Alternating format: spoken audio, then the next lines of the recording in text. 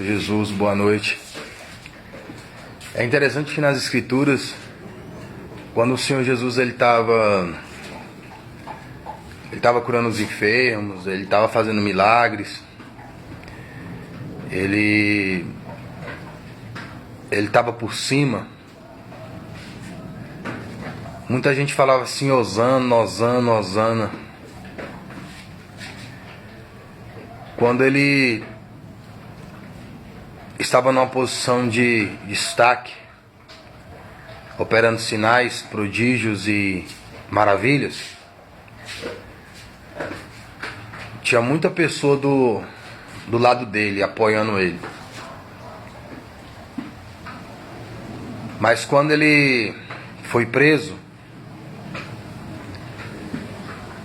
até os discípulos o abandonaram. É interessante, irmãos, essa questão de justiça, que até Herodes e até os romanos sabiam que ele era justo. Não vimos nenhum pecado neste homem para que ele seja condenado. Mas ainda assim o povo dizia: crucificam. Mesmo assim, os líderes da época, que deviam representar o reino de Deus e a sua justiça, representaram o reino dos homens e a injustiça. E Herodes, aquela raposa, que o Senhor Jesus mesmo chamou ele de raposa, e os romanos representaram o reino de Deus e a justiça, porque eles foram retos e justos. Eles sabiam que o Senhor Jesus Cristo era inocente e sabia que os judeus estavam com inveja do Senhor Jesus. E aqueles que eram conhecedores da lei, aqueles que representavam a lei de Deus, mas só na aparência, não fizeram justiça pelo Senhor Jesus. E nem levou o povo a fazer justiça. Na verdade, eles levaram o povo a cometer injustiça.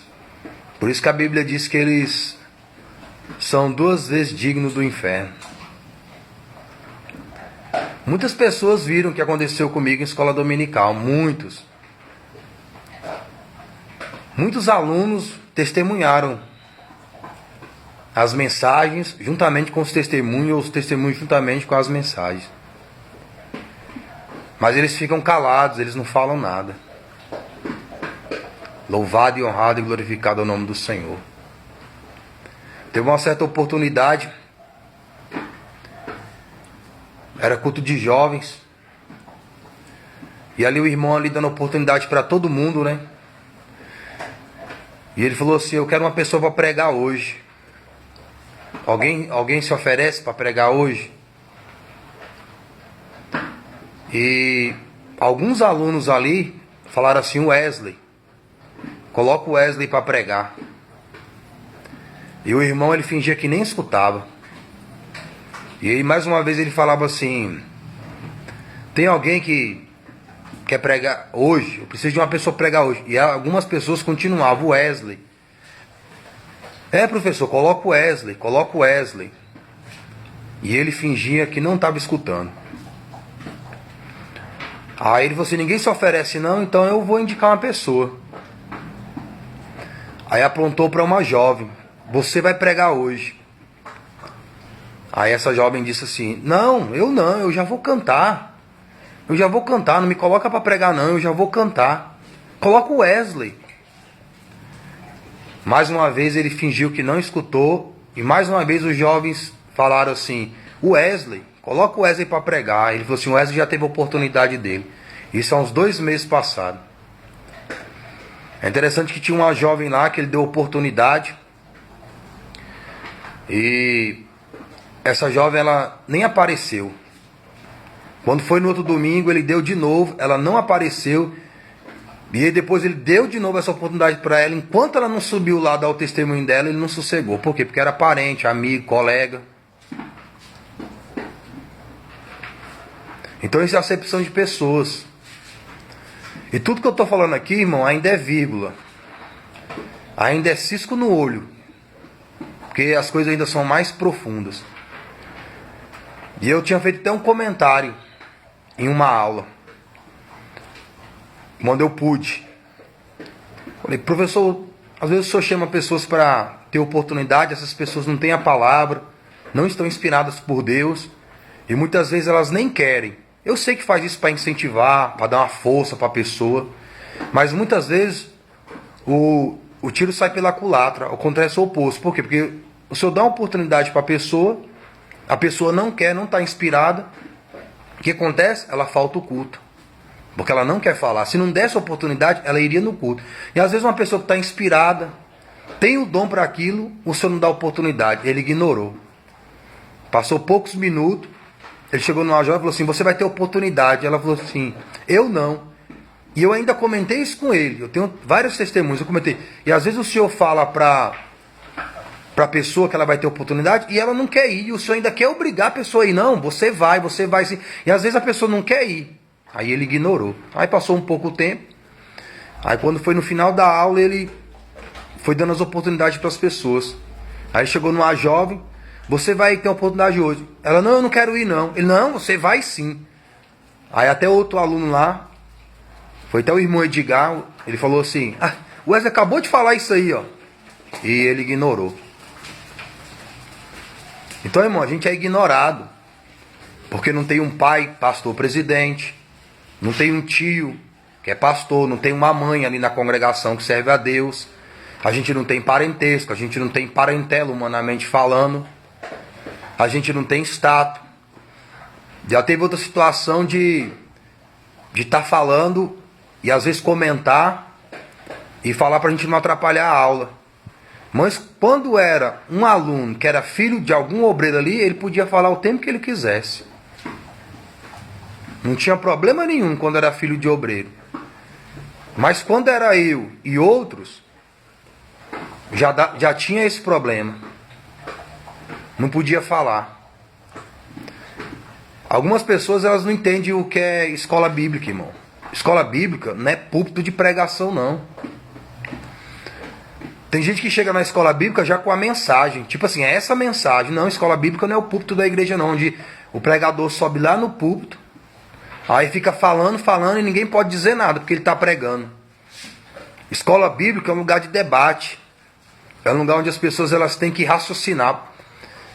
Se a gente olhar na ministração do Senhor Jesus, sempre que ele estava pregando para o povo, ele falava em parábolas. E até para os discípulos ele falava em parábolas. Aí os discípulos perguntavam o que queria dizer as parábolas. Aí o Senhor Jesus Cristo explicava. Pode ver que tem vários contextos na Bíblia que o Senhor Jesus Cristo ele lançava algo para as pessoas pensar e meditar. Como ele dá um exemplo da terra, das coisas da terra. A Bíblia fala que existe a terra que é como espinhos, como pedregais. Existe a terra boa, a terra ruim. E o semeador sai a semear. Enfim, ele dava um exemplo terreno para as pessoas começarem a meditar e entender as coisas do alto. E se as pessoas não entendessem as coisas do alto, ele explicava. Então a escola bíblica é mais ou menos assim, irmão. Tem que levar as pessoas a pensar, a raciocinar. Tem que ver o ponto de vista delas. E dentro daquilo ali, você transmitir o evangelho, caso esteja errado. Mas não, quer chegar dentro da escola bíblica e quer pregar, irmão. Tipo assim, essa é a visão. É isso que tem que ser falado hoje na escola bíblica. E as outras pessoas não têm oportunidade de participar. Então o que eu estou falando aqui, tem várias testemunhas. Várias. Eu tenho a classe inteira. Mas nem todos têm a coragem de falar a real. Porque ainda estão ligados com Roma. Porque ser amigo de João Batista, ser amigo do Senhor Jesus, ser amigo dos apóstolos, ser amigo de Paulo, gera perseguição. Então, e naquela época, não era nem igual hoje. Então, naquela época, ser amigo desses homens era ser preso. E muitas vezes, ser morto. Como aconteceu com eles. O que aconteceu com João Batista? O que aconteceu com os apóstolos? Então, o evangelho do Senhor Jesus Cristo gera morte. Para receber o o novo nascimento em Cristo. Então a gente exalta muito essa geração, mas com fermento.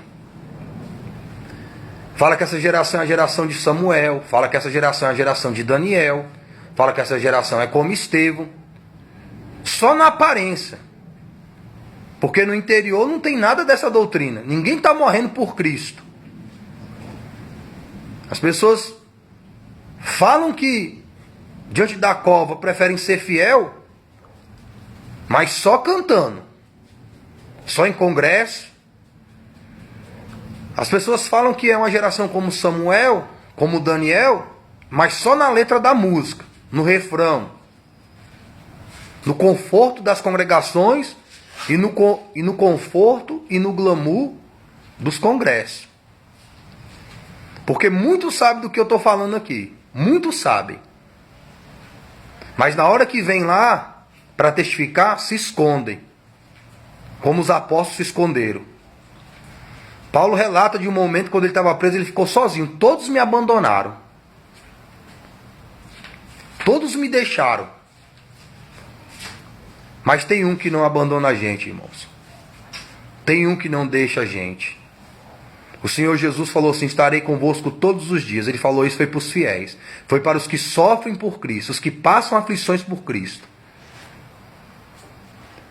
Então você prega uma doutrina no púlpito, você prega uma doutrina nos hinos de algumas músicas, mas na prática é outra doutrina. Isso se chama hipocrisia. Hipocrisia está no contexto de ser fingido. Pessoas fingidas, pessoas hipócritas. E por que essas pessoas são assim? Porque amam a glória deste mundo, irmão. Amam a honra deste mundo, amam o louvor deste mundo.